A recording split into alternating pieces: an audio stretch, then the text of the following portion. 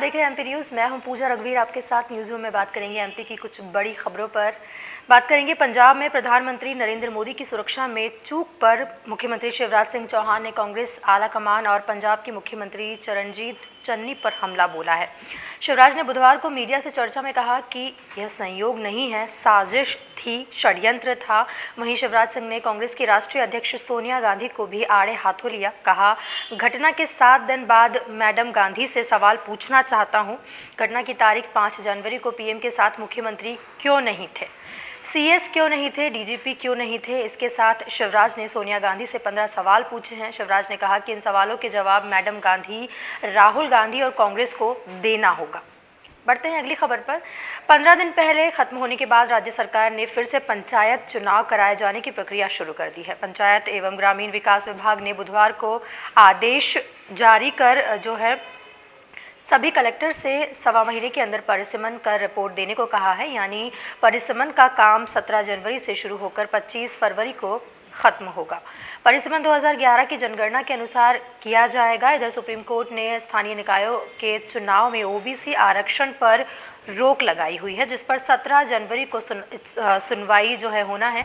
मुख्यमंत्री शिवराज सिंह चौहान पहले ही स्पष्ट कर चुके हैं कि बगैर ओबीसी आरक्षण के पंचायत चुनाव नहीं होंगे। इसलिए अगले सप्ताह सोमवार को सुप्रीम कोर्ट में होने वाली सुनवाई के बाद पंचायत चुनाव की आगे की रूपरेखा तय की जाएगी। बढ़ते हैं अगली खबर पर। भाजपा प्रदेश अध्यक्ष वीडी शर्मा गुरुवार को बैतूल प्रवास पर रहेंगे। वे यहां भाजपा पदाधिकारियों समेत बूथ लेवल कार्यकर्ताओं से रूबरू होंगे।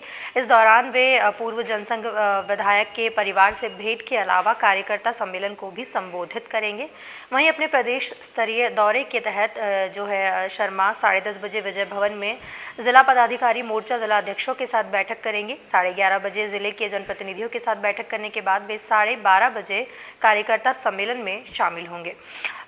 दोपहर 1:30 बजे वे मंडल महामंत्री गीतेश के साथ उनके घर पर भोजन करेंगे। वहीं 2 बजे पत्रकार वार्ता को संबोधित करेंगे। वहीं 3:30 बजे कनक वाटर पार्क खेड़ी में ग्रामीण मंडल की बूथ विस्तारक योजना की बैठक के बाद कमल पुष्प अभियान के तहत पूर्व जनसंघ विधायक स्वर्गीय जग्गू सिंह के परिवार से भेंट कर वे भोपाल के लिए रवाना हो जाएंगे।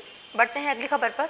मध्य प्रदेश में कोरोना कहर बनकर टूटने लगा है। जबलपुर में एक दिन में 3 और ग्वालियर में 2, विदिशा में 1 कोरोना संक्रमित की मौत हुई है। वहीं ग्वालियर में 25 साल की वर्षा ने 2 दिन पहले बेटे को जन्म दिया। वहीं दम तोड़ने से पहले उसने अपने बेटे को देखा। वहीं कोरोना के कारण ही ये मौत उनकी बताई जा रही है। प्रदेश में 3rd वेव से अब तक 18 मौतें दर्ज की जा चुकी है। वहीं सागर जिले में 3 स्कूलों में भी 12 बच्चों की रिपोर्ट पॉजिटिव आई है।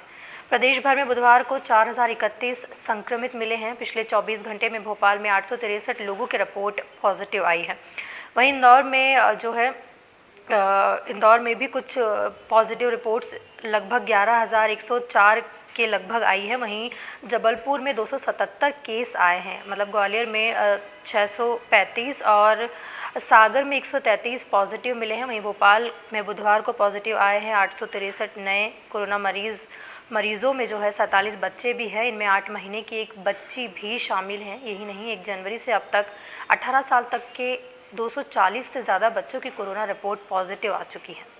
गृह मंत्री डॉक्टर नरोत्तम मिश्रा ने कहा है कि पिछले 24 घंटे में प्रदेश में 80 पुलिसकर्मी भी संक्रमित हुए हैं। अब तक 227 पुलिस के जवान संक्रमित हो चुके हैं।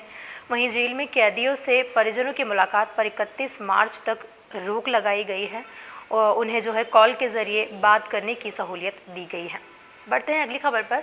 ग्वालियर में भी कोरोना के सैंपल की जीनोम सीक्वेंसिंग हो सकेगी। इससे जल्द ही नए वेरिएंट ओमिक्रॉन का पता चल सकेगा। यह defence research of development genome sequencing हो सकेगी। डीआरडीए का दावा है कि इससे 2 से 3 दिन में रिपोर्ट मिल जाएगी। डीआरडीए के डायरेक्टर ने डीन को पत्र लिखकर सैंपल भेजने के लिए कहा है। डीन ने भी इस मामले में भोपाल स्वास्थ्य विभाग से इजाज़त मांगी है।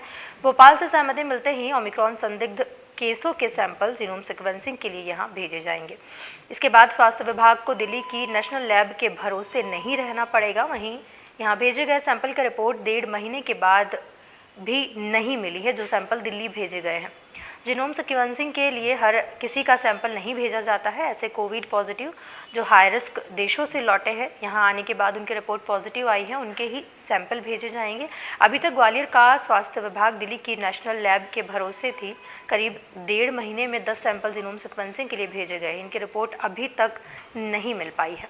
रुक करते हैं अगली खबर का। मध्य प्रदेश में कोरोना संक्रमण की रफ्तार हर दिन बढ़ रही है, वहीं बच्चे भी तेज़ी से अब पॉजिटिव हो रहे हैं। 10 दिनों में इंदौर में 150, भोपाल में 136 और 11 अन्य शहरों में 78 बच्चे संक्रमित हो चुके हैं। स्कूल अभी 50% की क्षमता से खुल रहे हैं, वहीं एक बच्चे को सप्ताह में 3 दिन स्कूल जाना पड़ रहा है। ऐसे में पेरेंट्स के मन में सवाल उठ रहा है कि क्या स्कूल इस तरह चलते रहेंगे, बंद होंगे या फिर ऑनलाइन ही पढ़ाई होगी। स्कूल शिक्षा विभाग के अधिकारियों से चर्चा में सामने आया है कि विभाग ने कोरोना को देखते हुए एक्शन प्लान तैयार कर लिया है। वहीं बड़े शहरों में कोरोना के केस लगातार बढ़ रहे हैं।